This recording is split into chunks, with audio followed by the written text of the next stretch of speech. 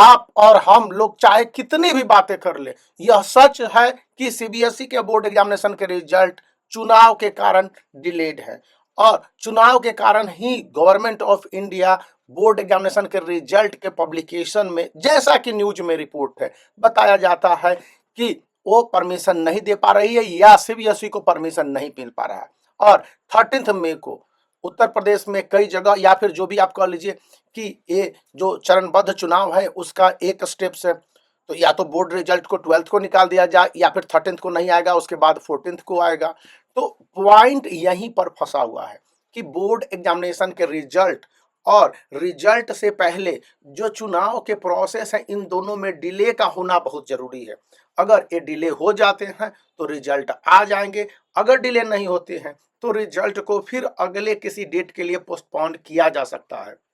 आप इस विषय पर इंडियन एक्सप्रेस के एक न्यूज को देख लीजिए और उसके बाद यही न्यूज कुछ अलग वर्जन या शब्दों में टाइम्स ऑफ इंडिया में भी निकाला हुआ है और लगभग सभी नेशनल डेली ने निकाला है कि स्टूडेंट इम्पेशेंट हैं और बोर्ड एग्जामिनेशन के रिजल्ट डिले होने के पीछे की जो अभी के समय में बड़ी वजह आ रही है। और सीबीएसई के ऑफिशियल ने अपुष्ट स्रोत के रूप में, मतलब कि कंफर्म नहीं कहा कि हाँ हम अपना नाम को रिलीज कर देंगे, बता देंगे, लेकिन हाँ उन्होंने कहा है कि डेट शीट डिले होने, एग्जामिनेशन के रिजल्ट को डिले होने के पीछे की जो सबसे बड़ी वजह है कि इस समय इलेक्शन को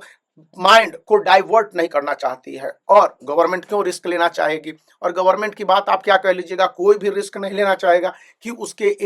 इलेक्शन प्रोसीजर के दौरान या इलेक्शंस के जो प्रोसेस हैं उस दौरान किसी तरह का माइंड डाइवर्सन हो। यदि रिजल्ट निकलते हैं तो उस दौरान कई सारे जो स्टेप्स हैं वो प्रभावित हो जाएंगे और रिजल्ट निकलने का कोई बड़ा प्रभाव भी नहीं पड़ने जा रहा है। रिजल्ट निकल गया तो स्टूडेंट करेंगे क्या, समर ब्रेक है, स्कूल कॉलेज बंद है, रिजल्ट मिलने की एक संतुष्टि होगी स्टूडेंट को और उसके अलावा कुछ भी नहीं। तो यहाँ पर इसको एडमिशन का प्रोसेस शुरू ही नहीं होगा और सारे जितने भी वर्क हैं वो एट हार्ट रख दिए गए हैं। चूंकि इलेक्शन के रिजल्ट निकलने का जो डेट है वो 4 जून 2024 है, इसके बाद ही कुछ भी वर्क होंगे जिसको डेवलपमेंटल वर्क या कंस्ट्रक्टिव वर्क कहा जाता है on theory.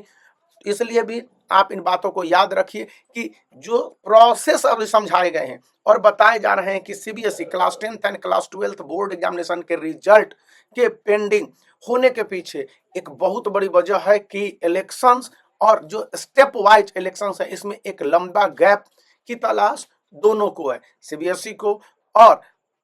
Government of India भी चाह रही होगी। तो अब जो इस वीक से यानी कि 13 मई के बाद जो डेट्स आ रहे हैं इलेक्शन के, इसमें एक लंबा गैप है। तो यहाँ पर सीबीएसई बोर्ड के स्टूडेंट के लिए खुशखबरी मिलने जा रही है या मिल सकती है या मिलने की संभावनाएं हैं, लेकिन यह भी एक तरह से थ्योरी में है, सैद्धांतिक है, क्योंकि इसको कोई कंफर्म नहीं कर रहा है। ये बातें कही गई हैं, समझाई गई हैं और सबों को रियलाइज कराया जा रहा है कि देखिए ऐसे ऐसे होंगे, लेकिन अभी के समय में जो कंफर्म स्थिति है कि भाई 12 मई को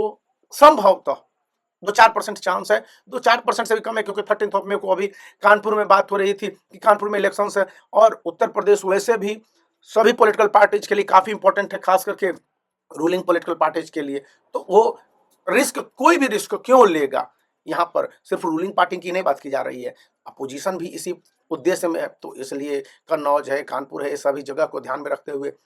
गवर्नमेंट ऑफ इंडिया का ये विचार है। खैर हम लोगों के बस की बात नहीं है, लेकिन जो सच्चाई थी हमने बताने की कोशिश की। इसी बीच आप CBSE class 10th and class 12th के जो एक इंटीग्रेटेड क्वेश्चन जो बुक है, इसमें सभी सब्जेक्ट को कवर अप किया गया है और क्वेश्चंस है, आंसर्स है, मार्किंग स्कीम्स हैं, हाउ टू राइट आंसर्स हैं और टॉपर्स आंसर शीट को दिया गया। तो आप इसको परचेज कर सकते हैं, लिंक इस वीडियो के डिस्क्रिप्शन में। बने रहिए, वीडियो को लाइक कीजिए, चैनल को शेयर कीजिए।